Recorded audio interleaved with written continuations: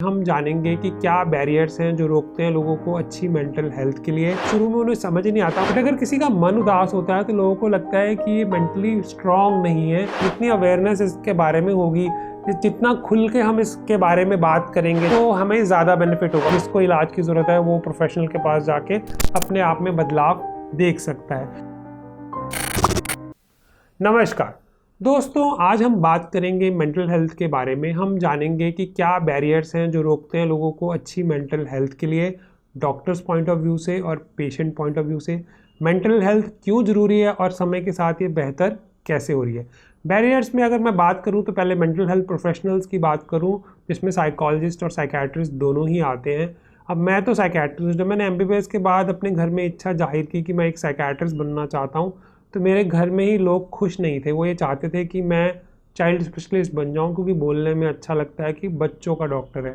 12 साल मुझे खुशनसीबी से पढ़ाने का मौका मिला एमबीबीएस स्टूडेंट्स का, जो एमडी की तैयारी कर रहे होते। तो जो लोग साइकेट्रिस्ट बनना चाहते थे वो मुझसे मिलते थे और मुझसे पूछते थे कि क्या लाइफ होती है, नाइट ड्यूटीज़ क्या होती हैं, कैसे पेशेंट्स को देखते हैं, सेंस ऑफ सेटिस्फेक्शन कितनी होती है, जो कि बहुत अच्छी होती है साइकेट्री में जब वो लोग ठीक हो जाते हैं। तो मैं उनसे पूछता था, बेटा तुम्हें क्या रोक रहा है एक साइकेट्रिस्ट बनने से। तो वो बोलते थे कि हमारे पापा मम्मी बोल रहे हैं कि बेटा यही ब्रांच मिली है। तो मुझे अपने घर वालों के ध्यान आता था, और उनके अपने दोस्त बोल रहे हैं कि बेटा कोई और ब्रांच चूज़ कर ले। और मुझे याद है मेरे अपने ही दोस्त ने ये कहा था कि टाइम के साथ ना तेरा दिमाग भी घूम जाएगा।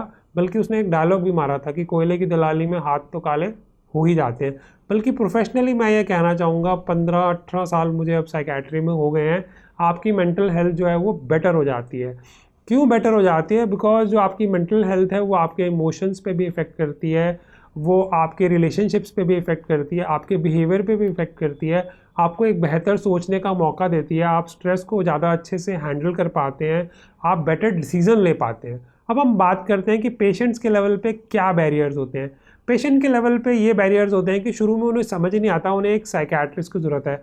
होता क्या है, अगर किसी को कोई शारीरिक परेशानी है, मान लीजिए किसी को बुखार है, तो उसकी बॉडी गर्म होगी और सबको पता लग जाएगा।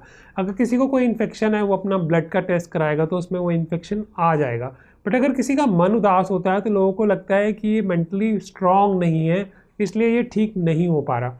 उसी तरह जैसे किसी की हड्डी टूटती है और वो मेट्रो में जाता है तो लोग उसको जगह भी दे देंगे, लेकिन अगर किसी का दिल टूटा हुआ है तो लोग उसको कमज़ोर इंसान समझेंगे। तो इस वजह से वो किसी से शेयर भी नहीं कर पाता और वो दुखी भी होता है, और कहीं ना कहीं वो भी खुद में गिल्ट में चला जाता है।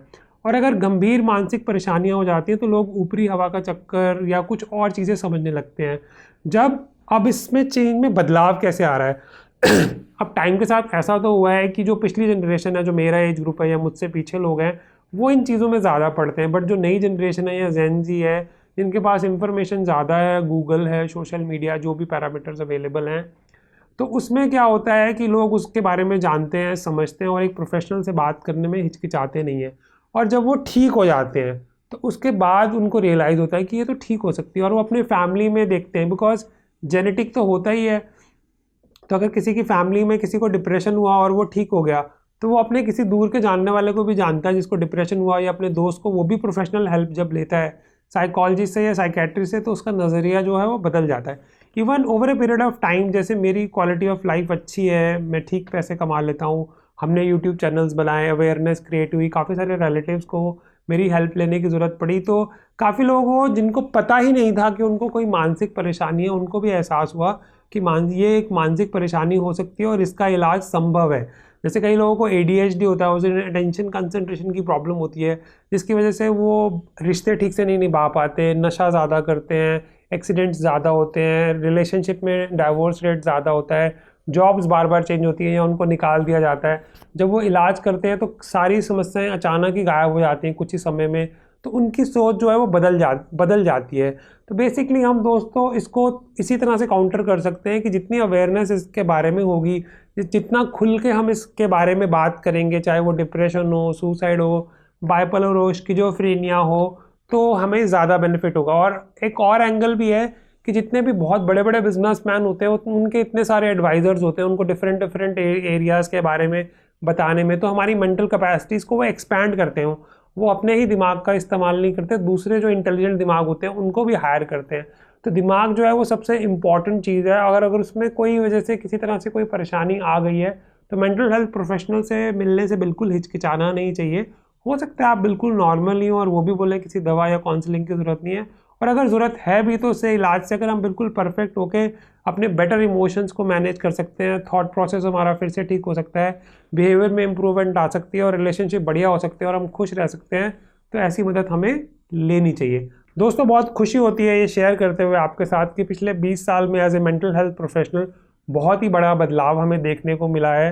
हमारे प्रधानमंत्री जी श्री मोदी जी इसके बारे में खुल के बात करते हैं, मेंटल हेल्थ के बारे में आम जनता इसके बारे में बात करती है। जिन पेशेंट्स को ज़रूरत है प्रोफेशनल्स को दिखाने की, वो आके प्रोफेशनल्स को दिखाते हैं। माँ बाप जिनके बच्चों में इस तरह की समस्याएं आती हैं वो प्रोफेशनल हेल्प लेते हैं। उससे फ़ायदा ये होता है कि जो लोग इम्प्रूव होते हैं उनको देख के दूसरों के मन में भी ऐसी उम्मीद जगती है कि उनकी ज़िंदगी में भी बदलाव आ पाएगा।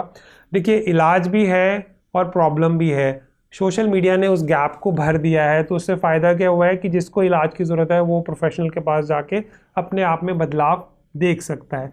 इसके बावजूद भी कुछ प्रॉब्लम्स हैं, मैं मना नहीं करता, अभी भी कुछ लोगों के मन में कुछ बैरियर्स हैं, बट समय के साथ ये इररिलेवेंट हो जाएंगे, ऐसा मेरा मानना है।